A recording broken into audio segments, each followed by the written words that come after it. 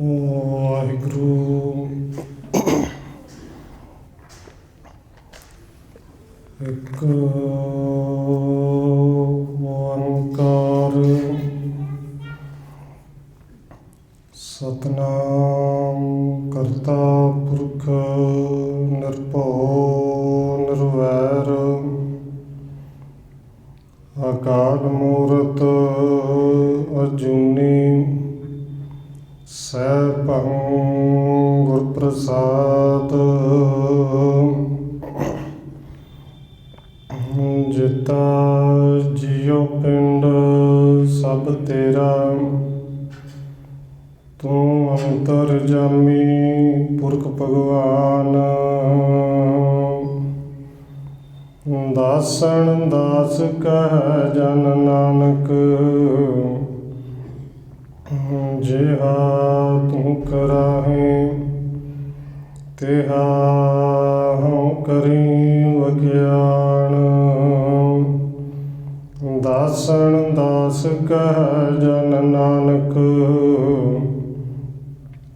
ਜਿਹਾ ਤੂੰ ਕਰਾਹੇ ਤਿਹਾ ਹਉ ਕਰੀ ਵਖਿਆਣ।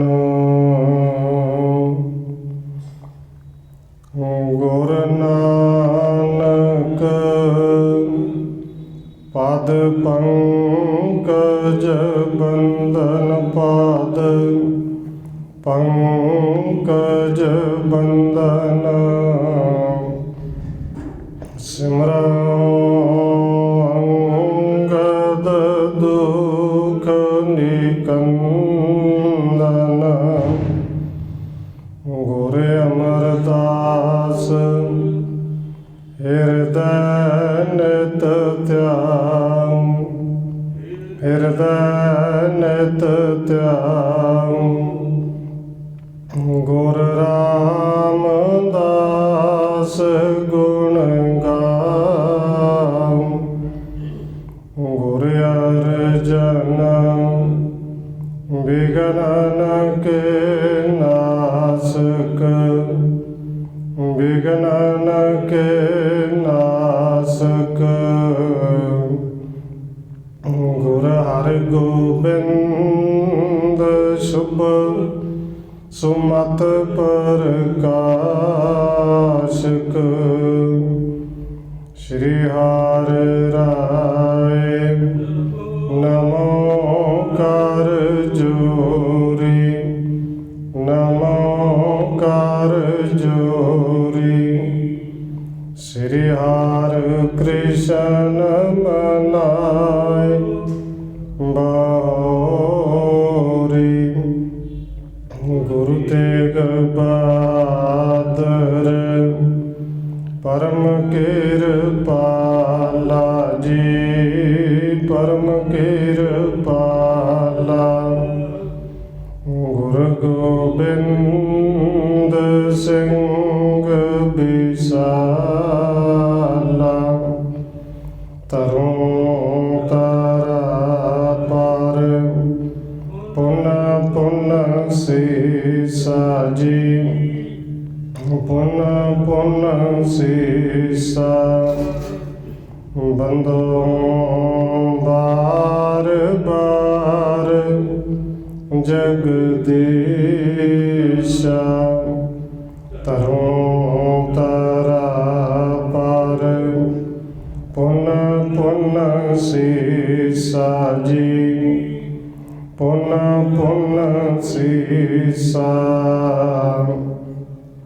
ਬੰਦੋ ਬਾਰ ਬਾਰ ਜਗਦੀਸ਼ਾ।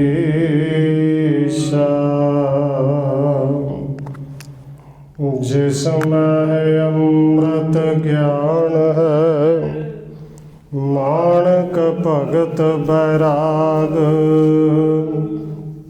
ਸ਼੍ਰੀ ਗੁਰੂ ਗ੍ਰੰਥ ਸਾਹਿਬ ਉਤਦ, ਬੰਦੋ ਕਾਰ ਅਨੁਰਾਗ। ਏਕ ਓੰਕਾਰ ਸਤਿਗੁਰੂ ਜੇ ਪ੍ਰਸਾਦ ਸਚ ਹੋਏ। ਵਾਹਿਗੁਰੂ ਜੀ ਕੀ ਫਤਿਹ ਹੈ। ਬਿਲਾਸਣ ਸੋਏ। ਏਕ ਓੰਕਾਰਾ ਸਤਿਗੁਰੂ ਜੇ ਪ੍ਰਸਾਦ ਸਚ ਹੋਏ।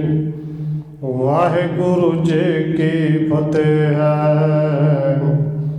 ਵਿਘਨ ਬਿਲਾਸਣ ਸੋਏ। ਵਾਹਿਗੁਰੂ ਸਾਹਿਬ ਜੀ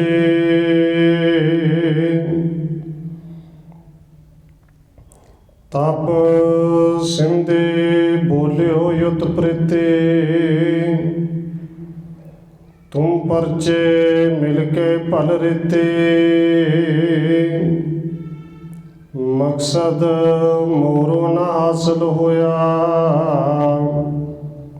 ਆਏ ਪ੍ਰੀਤਮ ਜੋ ਬਚਨ ਬਗੋਇਆ।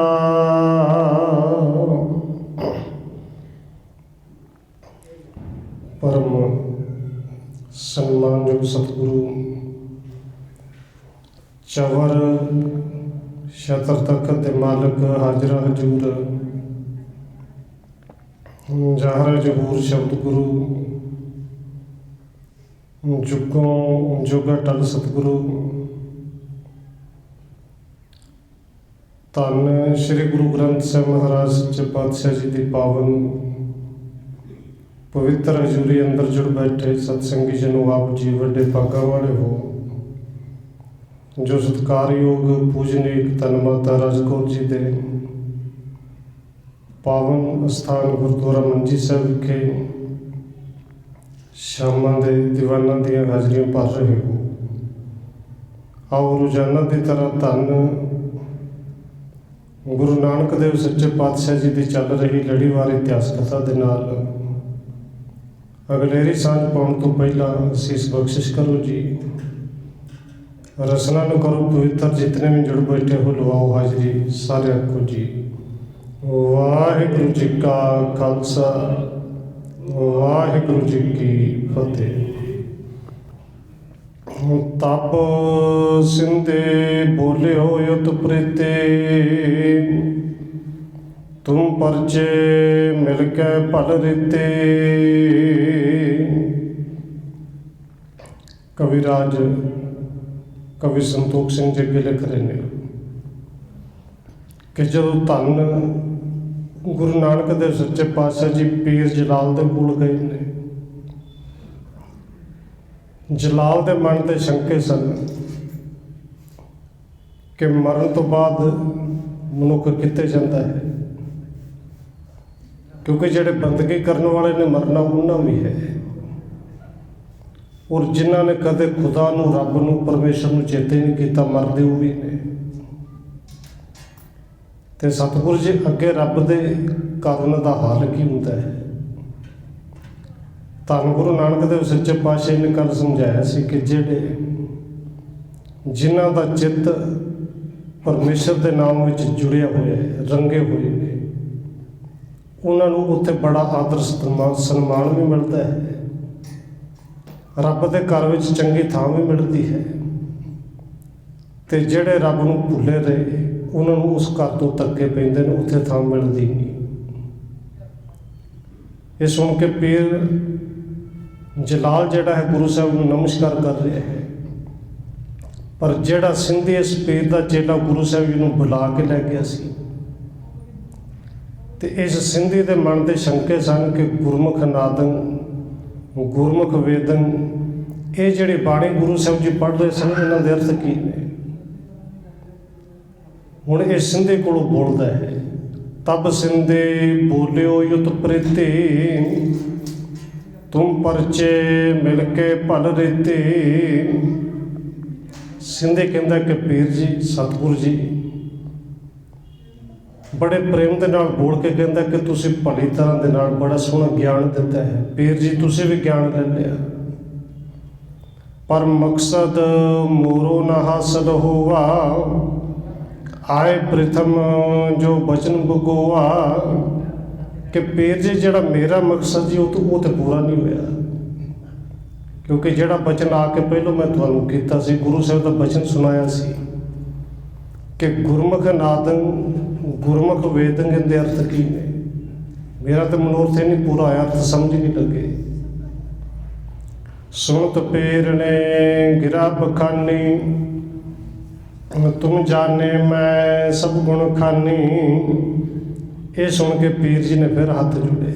पीर जलाल सतगुरु जी ने कहता है कि सतगुरु जी जेड़े तरीके दे नाल तुसी जवाब दिता है, ज्ञान दिता है, ये गल तो समझ विच आ गई कि तुहाडे कोल हर एक तरह का ज्ञान है, तुसी गुणां दे खजाने हो। सिंधी एक मायने हेतु, बार बार पुछ प्रीत समितु। सतगुरु जी ये सिंधी मेरा चेला है, तुहाडे तो बाणी सुनी, तुहाडी बाणी दे अर्थ ने मैनू बड़ी वारी पूछे, बार बार पूछे, पर सच है कि उनके अर्थ मैनू भी समझ नहीं आए। सो बताए नासो संसार, रावर की अनकीन प्रशंसा। सतगुरु जी इन्हें तुहाडी आके मेरे को बड़ी प्रशंसा की। कृपा करो अर्थ समझाओ, इनके मन का भी शंका दूर होवे ते मेरे मन में शंका कोई ना रहे। याते दर्शन भलो तुम्हारा, सफल जन्म होयो सुख भारा। सतगुरु जी भावें है तो चेला, पर अज कृपा इनकी हुई, इनकी कृपा के नाल ही तुहाडे दर्शन होए ने। इन्हें तुहाडी आके सिफत इन्नी की ते तुहाडे दर्शन होने करके मेरा तो जन्म सफल हो गया है। मृदल मधुर मुख गिरा उचारी, सुन जलाल एक रेत सुखारी। सतगुरु जी ने पीर जलाल के जो मिठे मिठे बोल सुने तो सतगुरु जी कहते हैं पीर जी सुनो, एक सौखा तरीका दसदा, बड़ी सौखी मर्यादा है, रीत है कि चाहे कुलफ के जो है वो पूंजी, तिस बिन खोल सके न दूजे। सतगुरु कहते हैं पीर जी, एक ताला होवे ते जेड़े ताले की जिहड़ी कुंजी होवे उस ताले नूं कोई खोल सकती है ना, दूजी कुंजे जे विच कोई लावे धक्के नाल फसाई जावे पर वो ताला खुलदा नहीं। हुण इत्थे ताला किहड़ा ते कुंजी किहड़ी? सतगुरु जी कहते हैं असल विच ये ताले की कुंजी पीर जी तुहाडे कोल है, जे तुसी खोलोगे तो इहदे अंदर का ताला तां खुलना है, इहदी शंका तां जानी जिहदे अर्थ तुसी दसोगे। तुम ते सुने मायना जब ही, खातर समा होए उर तब ही। पीर जी ये तुहाडे तो अर्थ सुनेगा तो इनकी पूरी तरह तसल्ली होगी, पूरी खातर होगी। दसन तो असीं भी दस देंगे, पर तुहाडे तो सुनेगा, इनकी श्रद्धा भी बनेगी, पूरी तसल्ली भी होएगी। जे तुम कहो ना हम ते आवे, करो रीत अस जैस बतावे। ते पीर जी के बोलण तो पहले गुरु साहब जी कहते हैं पीर जी जे तुसीं इस तरह कहो कि इनके अर्थ मैनू नहीं आउंदे, क्योंकि जे आउंदे हुंदे फिर तो हुण तक दस ही देने सन। पीर जी जे इस तरह तुसीं कहो कि मैनू इनके अर्थ नहीं आउंदे तो तुहानूं एक मैं तरीका दसना, पर इनके अर्थ तुसीं भी करके दस्सिओ। चल के मक्के पहुँचो जब ही, तुमरे निशा हुए है तब ही। सतगुरु जी कहते हैं इनके अर्थ जे जानना चाहते हो ना पीर जी फिर मक्के चल के जाओ, पहलों तुहाडी तसल्ली होएगी। गुरमुख नादन गुरमुख वेदन की है, पहलों तेरी तसल्ली होएगी, तां ही चेले की तसल्ली कराएगा ना। हुण देखो गुरमुख नादन गुरमुख वेदन के अर्थ करने ने तो ये विचार जरूर करो कि मक्के दे विच होने ने, इनके अर्थ उत्थे जाके होणगे, क्योंकि जो सतगुरु धन गुरु नानक साहब जी कह रहे हैं फिर उत्थे होंदे होने ने। कुछ समझाउणा है किहड़े ढंग दे नाल होणगे, ये सारा प्रसंग कविराज ने अगे लिखिया है।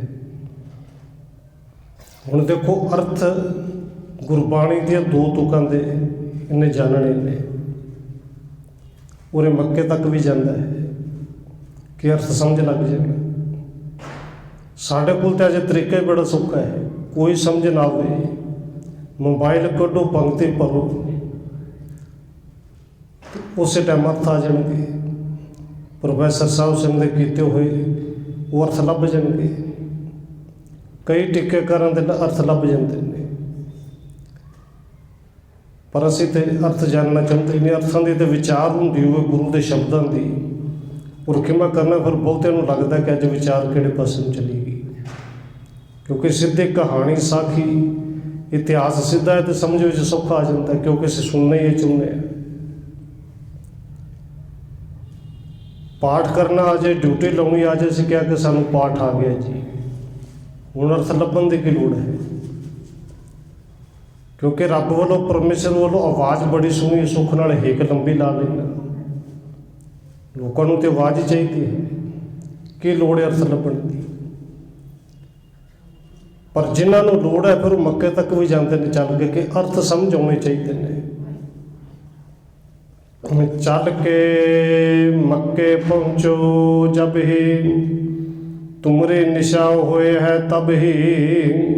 ਸਤਿਗੁਰੂ ਕਹਿੰਦੇ ਨੇ ਇਹਦੇ ਅਰਥ ਭਾਈ ਲੱਭਣੇ ਨੇ, ਮੱਕੇ ਪਹੁੰਚ ਤੇਰੀ ਤਸੱਲੀ ਹੋ ਜਾਏਗੀ। ਲਖਣ ਮੈਨੇ ਜੇ ਚਿਤ ਚਾਹੀ, ਗਮਨੋ ਅਬ ਵਿਲੰਬ ਕਰ ਨਾਹੀ। ਸਤਿਗੁਰੂ ਕਹਿੰਦੇ ਸੱਚਮੁੱਚ ਜੇ ਅਰਥ ਜਾਣਨਾ ਚਾਹੁੰਦੇ ਨਾ ਪੀਰ, ਫਿਰ ਪੀਰ ਜੀ ਹੁਣੇ ਜਾਓ, ਮੱਕੇ ਜਾਓ, ਫਿਰ ਦੇਰ ਨਾ ਲਾਓ। ਸੁਣ ਜਲਾਲ ਬੋਲਿਓ ਧਰ ਭਾਉ, ਆਪ ਰਹੋ ਤਬ ਲੋ ਇਸ ਥਾਉ। ਪੀਰ ਜਲਾਲ ਬੜੇ ਪ੍ਰੇਮ ਦੇ ਨਾਲ ਬੋਲੇ ਕਿ ਸਤਿਗੁਰੂ ਮੈਂ ਤਾਂ ਮੱਕੇ ਚਲਾ ਜਾਵਾਂਗਾ, ਅਰਥ ਤੇ ਮੈਂ ਸਮਝਣੀ ਨਹੀਂ, ਪਰ ਤੁਸੀਂ ਕਿਰਪਾ ਕਰੋ, ਤੁਸੀਂ ਉਦੋਂ ਤੱਕ ਇੱਥੇ ਰਹੋਗੇ, ਕਿਉਂਕਿ ਉੱਥੋਂ ਜੋ ਕੁਛ ਮੈਂ ਵੇਖ ਕੇ ਆਉਣਾ ਹੈ, ਜੋ ਕੁਛ ਤੁਸੀਂ ਵਿਖਾਉਣਾ ਹੈ, ਅਰਥ ਤਾਂ ਫਿਰ ਵੀ ਆ ਕੇ ਤੁਹਾਡੇ ਤੋਂ ਪੁੱਛਣੇ ਨੇ। ਤਸੱਲੀ ਤਾਂ ਇੱਥੇ ਹੀ ਆ ਕੇ ਹੋਊਗੀ, ਤੁਸੀਂ ਇੱਥੇ ਰਹੋਗੇ। ਤਬ ਮੈਂ ਜਾਏ ਮਾਇਨਾ ਪੂਰਨ, ਸੁਣ ਕਰ ਬਹੁਰ ਆਏ ਹੋ ਤੂਰਨ। ਜੇ ਸਤਿਗੁਰੂ ਜੀ ਇੱਥੇ ਰਹੋਗੇ ਫਿਰ ਤਾਂ ਮੈਂ ਜਾਵਾਂ ਮਾਇਨਾ ਅਰਥ ਲੱਭਣ ਵਾਸਤੇ, ਤੇ ਜਿੰਨੀ ਛੇਤੀ ਹੋਇਆ ਉਨੀ ਛੇਤੀ ਮੈਂ ਵਾਪਸ ਆਵਾਂਗਾ, ਕਿਉਂਕਿ ਸਮਾਂ ਤਾਂ ਲੱਗੇਗਾ, ਮੱਕੇ ਜਾਣਾ ਹੈ। ਗੁਰੂ ਕਹੈ ਹਮ ਇਹ ਥਲ ਬੈਸੇ, ਆਵੋ ਬੂਝ ਨਾ ਬਿਲਮੋ ਕੈਸੇ। ਸਤਿਗੁਰੂ ਜੀ ਕਹਿੰਦੇ ਨੇ ਪੀਰ ਜੀ ਅਸੀਂ ਇੱਥੇ ਬੈਠੇ ਹਾਂ, ਤੂੰ ਪੁੱਛ ਕੇ ਆ, ਦੇਰ ਨਾ ਕਰ, ਤੇਰੇ ਆਉਂਦਿਆਂ ਤੱਕ ਅਸੀਂ ਇੱਥੇ ਬਵਾਂਗੇ। ਤਬ ਜਲਾਲ ਨੈ ਆਇਸ ਮਾਨੀ, ਨਿਜ ਮੁਰੀਦ ਬੁਲਵਾਏ ਬਖਾਨੀ। ਪੀਰ ਜਲਾਲ ਨੇ ਗੁਰੂ ਸਾਹਿਬ ਦੀ ਆਗਿਆ ਮੰਨੀ, ਆਪਣੇ ਕੁਝ ਸੇਵਕਾਂ ਨੂੰ, ਚੇਲਿਆਂ ਨੂੰ ਕੋਲ ਬੁਲਾਇਆ, ਤੇ ਇਹ ਜਿਹੜਾ ਪੀਰ ਜਲਾਲ ਹੈ ਆਪਣੇ ਚੇਲਿਆਂ ਨੂੰ ਕਹਿ ਰਿਹਾ ਹੈ, ਇਨ ਦਰਵੇਸਣ ਸੋ ਤਰ ਭਾਉ, ਸੇਵ ਕਰੋ ਜਬ ਲੋ ਨਹਿ ਆਊ। ਚੇਲਿਆਂ ਨੂੰ ਕਹਿੰਦੇ ਕਿ ਇਹ ਦਰਵੇਸ਼ ਨੇ, ਇਹ ਆਪ ਹੀ ਖੁਦਾ ਨੇ। ਧੰਨ ਗੁਰੂ ਨਾਨਕ ਸਾਹਿਬ ਜੀ ਨੇ ਹੱਥ ਕਰਕੇ ਕਹਿ ਰਹੇ ਹੈ ਕਿ ਇਹ ਖੁਦਾ ਦੇ ਰੂਪ ਨੇ, ਇਹਨਾਂ ਦੀ ਸੇਵਾ ਕਰਨੀ ਤੇ ਪੂਰੇ ਪ੍ਰੇਮ ਦੇ ਨਾਲ, ਭਾਵਨਾ ਨਾਲ ਕਰਨੀ ਹੈ। ਜਦੋਂ ਤੱਕ ਮੈਂ ਵਾਪਸ ਨਹੀਂ ਹੁੰਦਾ ਤੁਸੀਂ ਇਹਨਾਂ ਦੀ ਸੇਵਾ ਵਿੱਚ ਹਾਜ਼ਰ ਰਹਿਣਾ ਹੈ। ਚਰਨ ਬੰਦ ਕੈ ਗਇਓ ਬਹੋਰੇ, ਪ੍ਰਭ ਜੇ ਰਹੇ ਆਪ ਤਿਸ ਠੌਰੀ। ਇਹ ਪੀਰ ਜਲਾਲ ਸਤਿਗੁਰ ਦੇ ਚਰਨਾਂ ਵਿੱਚ ਨਮਸਕਾਰ ਕਰਕੇ ਗੁਰੂ ਸਾਹਿਬ ਦੀ ਆਗਿਆ ਲੈ ਕੇ ਇਹ ਤੇ ਮੱਕੇ ਨੂੰ ਚਲਾ ਗਿਆ, ਤੇ ਧੰਨ ਗੁਰੂ ਨਾਨਕ ਸਾਹਿਬ ਸੱਚੇ ਪਾਤਸ਼ਾਹ ਜੀ ਉਸ ਥਾਂ ਤੇ ਰਹੇ। ਕਿਤਕ ਦਿਵਸ ਜਬ ਰਹਿਤ ਬਿਤਾਏ, ਮੂਲੇ ਸੋ ਗੁਰ ਬਚਨ ਹਲਾਏ। ਇੱਥੇ ਵੀ ਸਤਿਗੁਰੂ ਜੀ ਦੀ ਮਹਿਮਾ ਹੋਈ। ਜਿਨ੍ਹਾਂ ਨੇ ਸੁਣੀ ਗੁਰੂ ਸਾਹਿਬ ਦੇ ਦਰਸ਼ਨ ਕਰਨ ਵਾਸਤੇ ਆਉਂਦੇ ਨੇ, ਚਾਹੇ ਹਿੰਦੂ ਹੋਵੇ ਚਾਹੇ ਮੁਸਲਮਾਨ ਹੋਵੇ। ਕਈ ਦਿਨ ਰਹਿੰਦੇ ਸਤਿਗੁਰੂ ਜੀ ਨੇ ਇੱਥੇ ਬਤੀਤ ਕੀਤੇ, ਤੇ ਕੁਝ ਦਿਨ ਤੋਂ ਬਾਅਦ ਗੁਰੂ ਸਾਹਿਬ ਜੀ ਨੇ ਭਾਈ ਮੁੱਲੇ ਨੂੰ ਬਚਨ ਕਹੇ। ਭਾਈ ਮੁੱਲਾ ਖੱਤਰੀ ਜਿਹਨੇ ਲਿਖ ਕੇ ਦਿੱਤਾ ਸੀ, ਜਿਉਣਾ ਝੂਠ ਮਰਨਾ ਸੱਚ। ਅੱਜ ਸਤਿਗੁਰੂ ਜੀ ਵੇਖਣਾ ਚਾਹੁੰਦੇ ਨੇ ਕਿ ਸੱਚਮੁੱਚ ਜਿਉਣਾ ਝੂਠ ਹੈ, ਸੱਚਮੁੱਚ ਇਹਨੂੰ ਤੂੰ ਮੰਨਣਾ ਵੀ ਹੈ ਕਿ ਮਰਨਾ ਸੱਚ ਹੈ ਕਿ ਨਹੀਂ। ਹੁਣ ਗੁਰੂ ਸਾਹਿਬ ਜੀ ਪਰਖ ਕਰਨ ਲੱਗੇ ਨੇ। ਗੁਰੂ ਸਾਹਿਬ ਨੇ ਬਚਨ ਕਹੇ, ਕਰੈ ਵਿਰੋਧ ਜੋ ਤਵ ਸੰਗ ਇਕ ਨਾਰ, ਆਜ ਗਇਓ ਸੋ ਚੱਲ ਤੁਮਰੇ ਘਰ। ਸਤਿਗੁਰੂ ਜੀ ਕਹਿੰਦੇ ਨੇ ਕਿ ਮੁੱਲਿਆ, ਤੇਰਾ ਗੁਆਂਢੀ ਇੱਕ ਤੇਰੇ ਨਾਲ ਬੜੀ ਈਰਖਾ ਕਰਦਾ ਹੈ। ਤੇ ਮੂਲਾ ਕਹਿੰਦਾ ਹਾਂਜੀ, ਹੱਦ ਤੋਂ ਵੱਧ ਕੇ ਈਰਖਾ ਕਰਦਾ ਹੈ। ਸਤਿਗੁਰੂ ਕਹਿੰਦੇ ਅੱਜ ਉਹ ਤੇਰੇ ਘਰ ਗਿਆ ਹੈ ਚੱਲ ਕੇ। ਕਰਤ ਈਰਖਾ ਪੂਰਬ ਖਾਨਾ, ਇੱਕ ਨਰ ਤੇ ਮੈਂ ਸੁਣਾਈ ਕਾਨਾ। ਇਸ ਬੰਦੇ ਨੇ, ਤੇਰੇ ਗੁਆਂਢੀ ਨੇ ਈਰਖਾ ਦੇ ਵਿੱਚ ਆ ਕੇ ਤੇਰੇ ਘਰ ਇੱਕ ਖਬਰ ਫੈਲਾਈ ਝੂਠੀ। ਤੇਰੇ ਘਰ ਵਿੱਚ ਨੇ ਜਾ ਕੇ ਕਿਹਾ ਹੈ ਕਿ ਮੈਂ ਕਿਸੇ ਬੰਦੇ ਤੋਂ ਸੁਣਿਆ ਹੈ, ਇੱਕ ਨਰ ਤੇ ਮੈਂ ਸੁਣਾਈ ਕਾਨਾ, ਕਿਸੇ ਨੇ ਮੈਨੂੰ ਦੱਸਿਆ ਹੈ। ਕੀ ਦੱਸਿਆ ਜੀ? ਮੂਲਾ ਗਇਓ ਜੋ ਸੰਗ ਫਕੀਰੰ, ਜਾਤ ਅਚਾਨਕ ਤਜੋ ਸਰੀਰੰ। ਕਹਿੰਦੇ ਇਹ ਈਰਖਾਲੂ ਬੰਦੇ ਨੇ ਤੇਰੇ ਘਰ ਗਿਆ ਕਿ ਮੈਂ ਸੁਣਿਆ ਹੈ ਕਿ ਮੂਲਾ ਜਿਹੜੇ ਫਕੀਰਾਂ ਦੇ ਨਾਲ ਗਿਆ ਹੈ ਨਾ, ਉਹ ਰਾਹ ਦੇ ਵਿੱਚ ਅਚਾਨਕ ਮਰ ਗਿਆ ਹੈ, ਸਰੀਰ ਛੱਡ ਗਿਆ, ਉਹਦੀ ਮੌਤ ਹੋ ਗਈ ਹੈ। ਮੂਲੇ ਖੱਤਰੀ ਦੀ ਮੌਤ ਹੋ ਗਈ ਹੈ। ਇਹ ਤੇਰੇ ਘਰ ਸੀ ਨੇ ਉਹਨੇ ਦਿੱਤਾ ਹੈ। ਇਹ ਵੀ ਸੁਣ ਕੇ ਤਵ ਤ੍ਰਿਐ ਤੇ ਠੌਰਾ, ਚਰਨ ਹੇਤ ਕਰ ਲੀਨ ਸੰਧੌਰਾ। ਇਹ ਸੁਣ ਕੇ ਮੁੱਲਿਆ ਤੇਰੇ ਘਰ ਵਾਲੀ ਨੇ ਹੱਥ 'ਚ ਸੰਧੌਰਾ ਫੜ ਲਿਆ, ਨਾਰੀਅਲ ਫੜ ਲਿਆ। ਸੰਧੌਰਾ ਆਪ ਜੀ ਜਾਣਦੇ ਹੋ, ਬਾਬਾ ਕਬੀਰ ਜੀ ਨੇ ਸ਼ਬਦ ਵੀ ਵਰਤਿਆ ਹੈ ਕਿ ਮਰਨੇ ਤੇ ਕਿਆ ਡਰਪਣਾ ਜਬ ਹਾਥ ਸੰਧੌਰਾ ਲੀਨ। ਸੰਧੌਰਾ ਨਾਰੀਅਲ, ਉਹ ਨਾਰੀਅਲ ਜਿਹਨੂੰ ਫੜ ਕੇ ਸਤੀ ਹੋ ਜਾਂਦੀ ਸੀ ਇਸਤਰੀ। ਇਹ ਕਹਿ ਦੇ ਕਿ ਬਹੁਤੀਆਂ ਥਾਵਾਂ ਤੇ ਧੱਕੇ ਨਾਲ ਕੀਤੀ ਜਾਂਦੀ ਸੀ। ਪਤੀ ਮਰ ਗਿਆ ਤੇ ਤੇਰਾ ਕੀ ਕੰਮ, ਜਿਉਂਦੇ ਜੇ ਸੜ ਕੇ ਤੂੰ ਵੀ ਮਰ। ਇਹ ਤੇ ਧੰਨ ਗੁਰੂ ਅਮਰਦਾਸ ਸੱਚੇ ਪਾਤਸ਼ਾਹ ਜੀ ਨੇ ਕਿਰਪਾ ਕੀਤੀ, ਜਿਹੜੀ ਇਹ ਸਤੀ ਪ੍ਰਥਾ ਬੰਦ ਕੀਤੀ। ਅਕਬਰ ਨੂੰ ਕਹਿ ਕੇ ਇਹ ਬੰਦ ਕਰਵਾਈ ਸੀ, ਇਹ ਹੋਣਾ ਨਹੀਂ ਚਾਹੀਦਾ।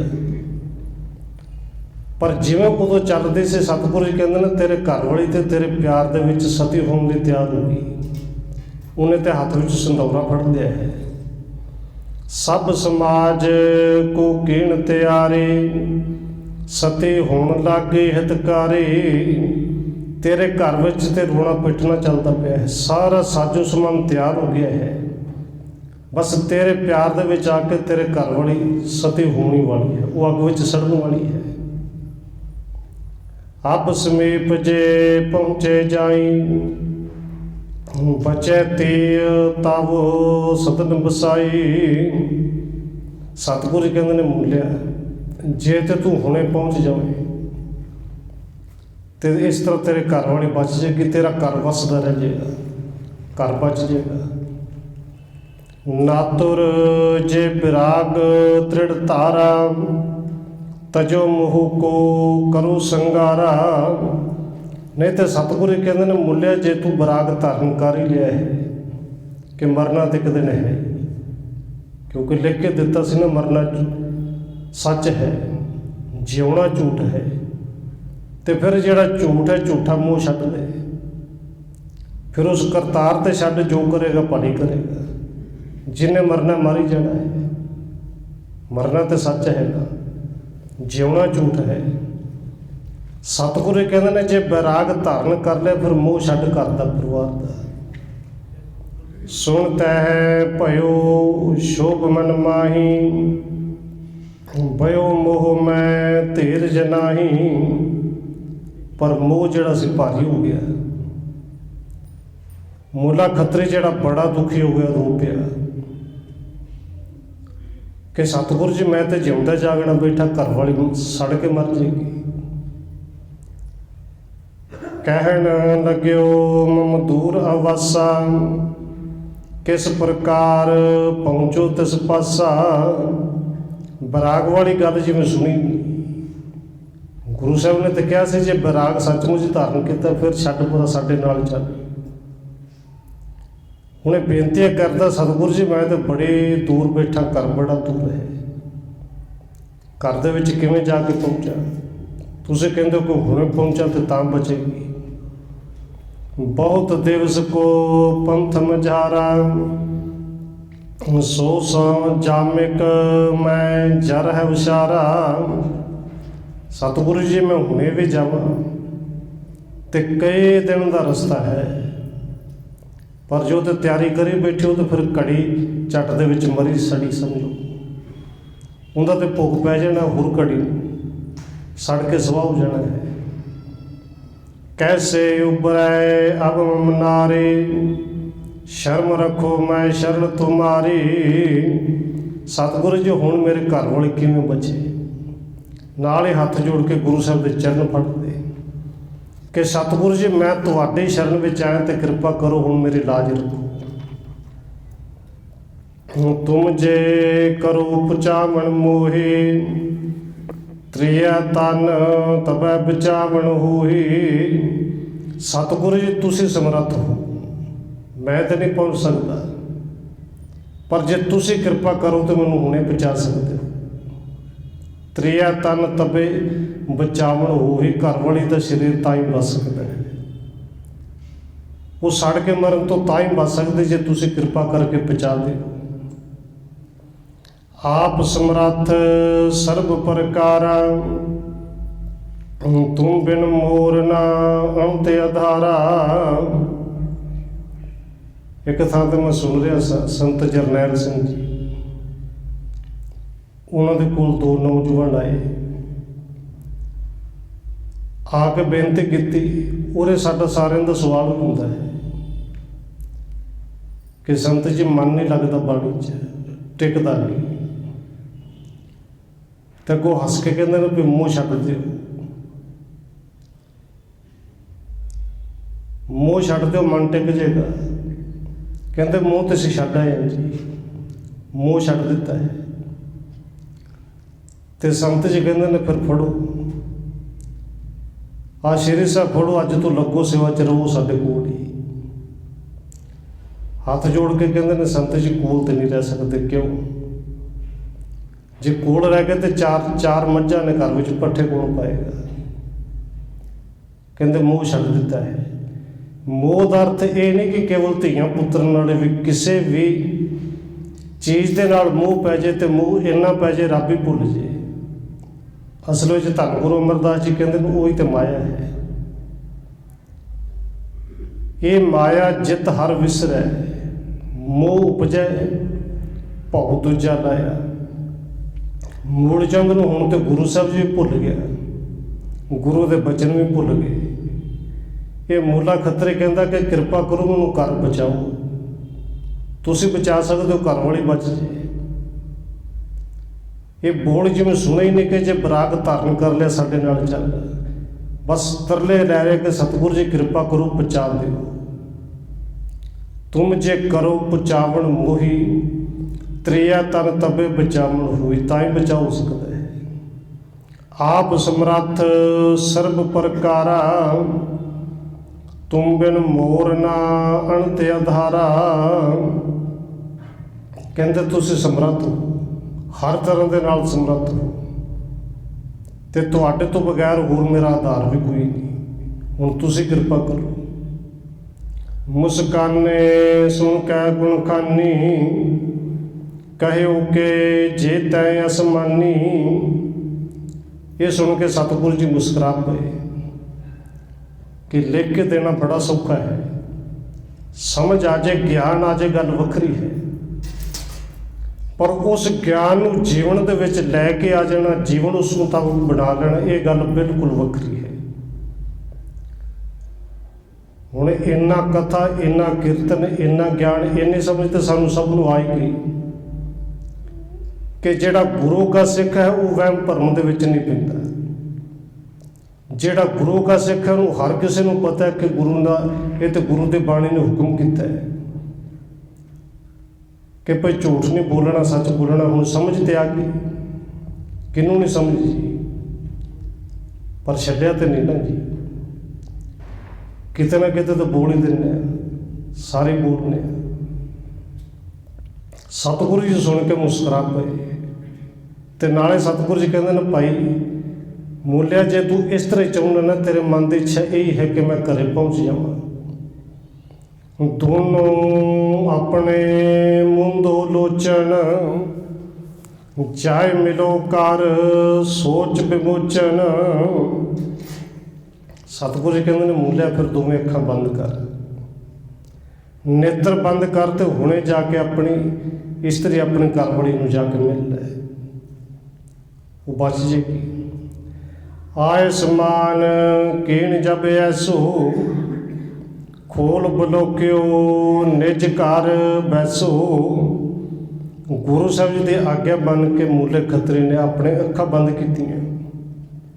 ਬਸ ਅੱਖਾਂ ਬੰਦ ਕਰਕੇ ਖੋਲੀਆਂ ਤੇ ਵੇਖਦਾ ਕਿ ਆਪਣੇ ਘਰ ਵਿੱਚ ਹੀ ਬੈਠਾ ਹੈ। ਅੱਖਾਂ ਬੰਦ ਕੀਤੀਆਂ, ਬੰਦ ਕਰਕੇ ਖੋਲੀਆਂ ਨੇ, ਕੋਈ ਪਤਾ ਨਹੀਂ ਲੱਗਿਆ ਕਿ ਕਦੋਂ ਘਰ ਪਹੁੰਚ ਗਿਆ। ਜਦੋਂ ਖੋਲ੍ਹਿਆ ਘਰ ਦੇ ਵਿੱਚ ਹੀ ਬੈਠਾ ਹੈ। ਜਰ ਤੇ ਆਪਣੀ ਤੇ ਉਭਾਰੀ, ਲੱਗਿਓ ਕਰਨ ਪੂਰਬ ਸਮਕਾਰੀ। ਉੱਥੇ ਜਾ ਕੇ ਕਹਿੰਦਾ, ਲੋਕੋ ਕੀ ਹੋ ਗਿਆ, ਮੈਂ ਤੇ ਚੰਗਾ ਭਲਾ। ਕਿਉਂਕਿ ਰਖਾਲੂ ਬੰਦੇ ਇਵੇਂ ਦਾ ਵੀ ਕੰਮ ਕਰ ਜਾਂਦੇ ਨੇ, ਉਹ ਕਿਸੇ ਵੀ ਹੱਦ ਤੱਕ ਜਾ ਸਕਦੇ ਨੇ। ਔਰ ਈਰਖਾ ਕਿੱਥੋਂ ਕਿਹੜੇ ਹੱਦ ਤੱਕ ਪਹੁੰਚਦੀ ਹੈ, ਇਹ ਤੇ ਸਤਿਗੁਰੂ ਧੰਨ ਗੁਰੂ ਅਰਜਨ ਦੇਵ ਸੱਚੇ ਪਾਤਸ਼ਾਹ ਜੀ ਦੇ ਜੀਵਨ ਪੜ੍ਹਦੇ ਸਕਾ ਹੀ ਭਰਾ ਹੈ ਨਾ ਪ੍ਰੀਤੀ ਚੰਦ। ਇੰਨੀ ਈਰਖਾ ਕਿ ਜਨਮ ਲੈਂਦਿਆਂ ਦਾਰ ਗੁਰੂ ਹਰਗੋਬਿੰਦ ਸਾਹਿਬ ਨੂੰ ਮਾਰਨ ਦੇ ਯਤਨ ਕੀਤੇ। ਈਰਖਾ ਕਿੱਥੇ ਖਤਮ ਹੋਈ ਕਿ ਗੁਰੂ ਸਾਹਿਬ ਨੂੰ ਸ਼ਹੀਦ ਕਰਾਉਣ ਤੱਕ ਉਹਨੇ ਮਰਦੇ ਦਮ ਤੱਕ ਆਪਣਾ ਜਿਹੜਾ ਸੀ ਈਰਖਾ ਵਾਲਾ ਕੰਮ ਛੱਡੀ ਨਹੀਂ। ਈਰਖਾਲੂ ਬੰਦਾ ਕਿ ਭਾਵੇਂ ਅਗਲੇ ਦੀ ਘਰ ਵਾਲੀ ਸੜ ਕੇ ਮਰ ਜਾਂਦੀ, ਉਹਨੇ ਤੇ ਜਾ ਕੇ ਕਹਿ ਹੀ ਦਿੱਤਾ।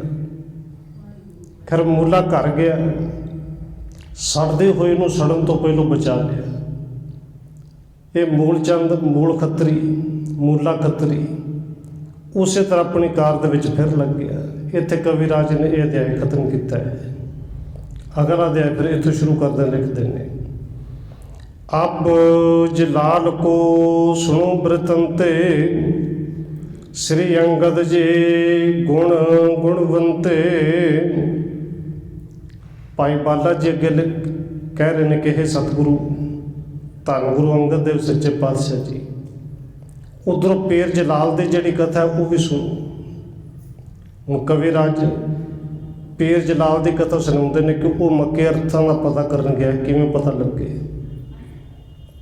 ਸਿਰ ਗੁਰ ਕੋ ਬਸਾਏ ਨਿਜ ਥਾਈ, ਤੂਰਨ ਮਾਰਗ ਆਇਓ ਧਾਈ। ਪੀਰ ਜਲਾਲ ਧੰਨ ਗੁਰੂ ਨਾਨਕ ਦੇਵ ਸੱਚੇ ਪਾਤਸ਼ਾਹ ਜੀ ਨੂੰ ਆਪਣੀ ਥਾਂ ਤੇ ਬਿਠਾ ਕੇ ਆਪ ਤੁਰਤ ਉਸੇ ਵੇਲੇ ਮੱਕੇ ਵੱਲ ਨੂੰ ਚੱਲ ਪਿਆ।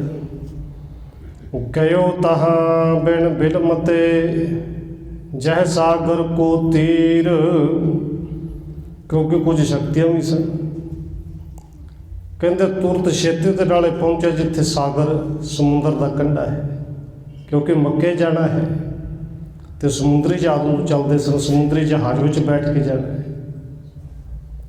ਇੱਕ ਜਹਾਜ਼ ਆਇਓ ਤਬੇ, ਚੜ੍ਹ ਬੈਠਿਓ ਪਿਕ ਪੀਰ। ਕਹਿੰਦੇ ਜਹਾਜ਼ ਆਇਆ, ਜਹਾਜ਼ ਨੂੰ ਵੇਖ ਕੇ ਉਹਦੇ ਵਿੱਚ ਪੀਰ ਜਿਹੜਾ ਚੜ੍ਹ ਕੇ ਬੈਠ ਗਿਆ, ਸਵਾਰ ਹੋ ਗਿਆ ਕਿ ਜਹਾਜ਼ ਨੇ ਮੱਕੇ ਪਹੁੰਚਾ ਦੇਣਾ ਹੈ। ਚੱਲਿਓ ਜਹਾਜ਼ ਸੋ ਉਦਤ ਮਜ਼ਾਰੇ, ਲੱਗਿਓ ਜਾਏ ਗਿਰ ਇੱਕ ਕਿਨਾਰੇ। ਜਹਾਜ਼ ਜਿਹੜਾ ਸਮੁੰਦਰ ਵਿੱਚ ਚੱਲਿਆ, ਪਹਾੜ ਦੇ ਇੱਕ ਕਿਨਾਰੇ ਜਾ ਕੇ ਲੱਗਿਆ ਜਿੱਥੇ ਇਸ ਪੀਰ ਨੇ ਉਤਰਨਾ ਹੈ।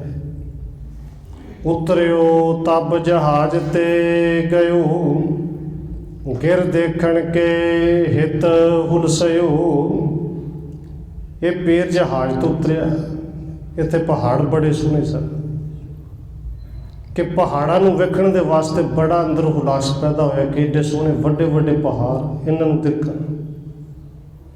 ਅਤ ਸੁੰਦਰ ਮੰਦਰ ਬਹੁਤ ਦੇਖੇ, ਜਿਨ ਮਹਿ ਸਹਿਸਾ ਰੁਚਰ ਬਸਿੱਖੇ। ਇੱਥੇ ਮੱਕੇ ਦੇ ਬਹੁਤ ਸੋਹਣੇ ਸੋਹਣੇ ਬਣੇ ਹੋਏ ਘਰ ਵੇਖਦਾ ਹੈ। ਇੱਥੇ ਬਹੁਤ ਸਾਰੇ ਜਿਹੜੇ ਨੇ ਬੜੀਆਂ ਘਰ ਦੇ ਉੱਤੇ ਬਣੀਆਂ ਹੋਈਆਂ ਜਿਹੜੀਆਂ ਚਿੱਤਰਕਾਰੀਆਂ ਨੇ ਉਹਨਾਂ ਨੂੰ ਵੇਖ ਰਿਹਾ ਹੈ। ਮਾਨਵ ਕੋ ਨ ਹੈ ਦੇਖਿਓ ਤਿਹਵਾ, ਚਿਤ ਮੈਂ ਅਤ ਚਕ੍ਰਿਤ ਹੈ ਰਹਿਵਾ। ਇਹ ਤੋਂ ਅੱਗੇ ਮਦੀਨੇ ਤੇ ਨਕਾਬੇ ਜਾਣਾ ਹੈ, ਜਿੱਥੇ ਗੁਰੂ ਸਾਹਿਬ ਨੇ ਭੇਜਿਆ। ਪਰ ਜਿਹੜੀ ਥਾਂ ਤੇ ਉਤਰਿਆ ਪਹਾੜਾਂ ਦੇ ਕੋਲ, ਪਹਾੜਾਂ ਦੇ ਵਿੱਚ, ਇੱਥੇ ਬੰਦਾ ਨਜ਼ਰ ਕੋਈ ਨਹੀਂ ਆਇਆ। ਜਹਾਜ਼ ਤੋਂ ਇਕੱਲਾ ਹੀ ਉਤਰਿਆ, ਇਕੱਲਾ ਹੀ ਹੈ। ਇਹ ਵੇਖ ਕੇ ਹੈਰਾਨ ਵੀ ਬੜਾ ਹੋ ਰਿਹਾ ਕਿ ਆਲੇ ਦੁਆਲੇ ਬੰਦਾ ਹੀ ਕੋਈ ਨਹੀਂ। ਕਰੈ ਵਿਚਾਰ ਭਿੱਖੋ ਪਰ ਦੁਖੂ, ਨਿਸ ਰਹਿ ਅੰਨ ਉਦਰ ਨਿਜ ਭੁੱਖੂ।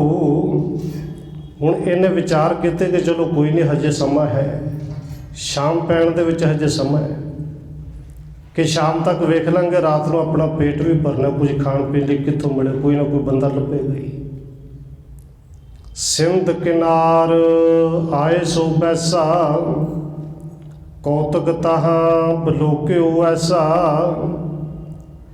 ਇਹ ਕਹਿੰਦੇ ਪਹਾੜਾਂ ਦੀ ਕੁਝ ਕੁ ਸੈਰ ਕਰਕੇ ਦੁਬਾਰੇ ਸਮੁੰਦਰ ਦੇ ਕੰਢੇ ਆ ਕੇ ਬੈਠ ਗਿਆ ਹੈ ਕਿ ਹਲੇ ਦਿਨ ਬਹੁਤ ਪਿਆ ਹੈ। ਪਰ ਜਦੋਂ ਸਮੁੰਦਰ ਦੇ ਕੰਢੇ ਤੇ ਆ ਕੇ ਬੈਠਦੇ ਤੇ ਇੱਕ ਹੈਰਾਨੀਜਨਕ ਇਸ ਪੀਰ ਨੇ ਕੌਤਕ ਵੇਖਿਆ। ਇੱਕ ਜਹਾਜ਼ ਡੂਬਣ ਲੱਗਾ, ਰੋਰ ਪਰਿਓ ਤਿਸ ਮਾਹੇ। ਤੇ ਕੌਤਕ ਹੀ ਵੇਖਿਆ ਇੱਕ ਜਹਾਜ਼ ਜਿਹਦੇ ਵਿੱਚ ਸਮਾਨ ਵੀ ਬੜਾ ਲੱਦਿਆ ਹੈ, ਜਿਹਦੇ ਵਿੱਚ ਸਵਾਰੀਆਂ ਵੀ ਬਹੁਤ ਨੇ, ਇਹ ਸਮੁੰਦਰ ਦੇ ਵਿੱਚ ਡੁੱਬਣ ਲੱਗਿਆ ਹੈ। ਔਰ ਵਿੱਚ ਬੈਠੇ ਹੋਏ ਜਿਹੜੇ ਸਵਾਰ ਨੇ ਉਹ ਕੂਕ ਪੁਕਾਰ ਕਰ ਰਹੇ ਨੇ, ਰੌਲਾ ਪਾ ਰਹੇ ਨੇ ਕਿ ਜਹਾਜ਼ ਗਿਆ, ਡੁੱਬਿਆ। ਪੀਰ ਤੇਰ ਪੈਸਿਓ ਸੁਣਿਓ, ਬਹੁਤ ਲੋਕ ਬਿਲ ਲਾਹੇ। ਜਦੋਂ ਉਸ ਪੀਰ ਜਲਾਲ ਨੇ ਵੇਖਿਆ ਤੇ ਕੰਨਾਂ ਦੇ ਨਾਲ ਸੁਣਿਆ ਕਿ ਲੋਕ ਜਿਹੜੇ ਨੇ ਵਿਰਲਾਪ ਕਰ ਰਹੇ ਨੇ, ਚੀਕਾਂ ਮਾਰ ਰਹੇ ਨੇ, ਕੂਕਾਂ ਮਾਰ ਰਹੇ ਨੇ, ਬਚਾਉਣ ਦੇ ਵਾਸਤੇ ਹਾਲ ਦਵਾਈ ਪਾ ਰਹੇ ਨੇ। ਤਬੇ ਜਲਾਲ ਖੁਦਾਏ ਅਗਾਰੀ, ਹਾਥ ਬੰਦ ਕੈ ਬਿਣੇ ਉਚਾਰੀ। ਕਹਿੰਦੇ ਪੀਰ ਜਲਾਲ ਨੇ ਆਪਣੇ ਖੁਦਾ ਦੇ ਅੱਗੇ ਉਦੋਂ ਹੱਥ ਬਣ ਕੇ ਅਰਜ਼ ਕੀਤੀ, ਬੇਨਤੀ ਕੀਤੀ। ਤੇ ਬੇਨਤੀ ਦੇ ਵਿੱਚ ਕਹਿੰਦਾ ਹੈ, ਦੇਸ ਵਿਦੇਸ ਲੋਕ ਇਸ ਮਾਹੀ, ਸੁਤ ਬਣਤਾ ਤਜ ਬਣਜ ਕਰਾਹੀ। ਕਿ ਹੇ ਮੌਲਾ, ਇਸ ਜਹਾਜ਼ ਦੇ ਵਿੱਚ ਦੇਸ਼ਾਂ ਵਿਦੇਸ਼ਾਂ ਤੋਂ ਲੋਕ ਆਏ ਨੇ, ਆਪਣੀ ਇਸਤਰੀ, ਆਪਣੇ ਬੱਚੇ, ਆਪਣੇ ਪਰਿਵਾਰ ਛੱਡ ਕੇ ਏਡੇ ਦੂਰ ਦੂਰ ਵਪਾਰ ਕਰਨ ਆਏ ਨੇ। ਯਾ ਖੁਦਾਏ ਕਿਉਂ ਇਨੇ ਡੁਬਾਵੇ, ਸਣ ਬੰਦੇ ਸੰਗ ਸਭ ਮਰ ਜਾਵੇ। ਇਹ ਅਰਦਾਸ ਕਰ ਰਿਹਾ ਕਿ ਯਾ ਖੁਦਾ, ਇਹਨਾਂ ਲੋਕਾਂ ਨੂੰ ਸਮੁੰਦਰ ਵਿੱਚ ਡੋਬ ਕੇ ਮਾਰ ਦੇਗਾ। ਇਹ ਤੇ ਰੁਪਈਆ ਪੈਸਾ ਕਮਾਉਣ ਆਏ ਨੇ, ਘਰ ਪਰਿਵਾਰ ਤੋਂ ਵਿਛੜ ਜਾਣਗੇ। ਸਣ ਬੰਦੇ ਸੰਗ ਸਭ ਮਰ ਜਾਵੇ, ਜਿੰਨੇ ਸਾਕ ਸੰਬੰਧੀ ਕਈਆਂ ਦੇ ਨਾਲ ਆਏ ਨੇ, ਇਹ ਸਾਰੇ ਦੇ ਸਾਰੇ ਮਰ ਜਾਣਗੇ। ਹੁਣ ਇਹਨਾਂ ਦੇ ਬਚਾਅ ਦੇ ਲਈ ਇਹ ਪੀਰ ਜਲਾਲ ਜਿਹੜਾ ਹੈ ਅਰਦਾਸ ਬੇਨਤੀ ਕਰ ਰਿਹਾ ਹੈ। ਅੱਗੇ ਜਿਹੜਾ ਭਾਣਾ ਵਾਪਰਨਾ ਹੈ, ਗੁਰੂ ਸਾਹਿਬ ਨੇ ਜਿਵੇਂ ਅਰਥ ਸਮਝਾਉਣੇ ਨੇ, ਉਹ ਆਪਾਂ ਕੱਲ੍ਹ ਵਿਚਾਰਾਂਗੇ। ਹੋਈਆਂ ਭੁੱਲਾਂ ਦੀ ਕੀਮਾ। ਆਓ 1-2 ਮਿੰਟ ਹੋਰ ਰਸਨਾ ਦੇ ਨਾਲ ਹਾਜ਼ਰੀ ਲਵਾਓ, ਫਿਰ ਸਮਾਪਤੀ ਹੈ ਜੀ। ਵਾਹਿਗੁਰੂ।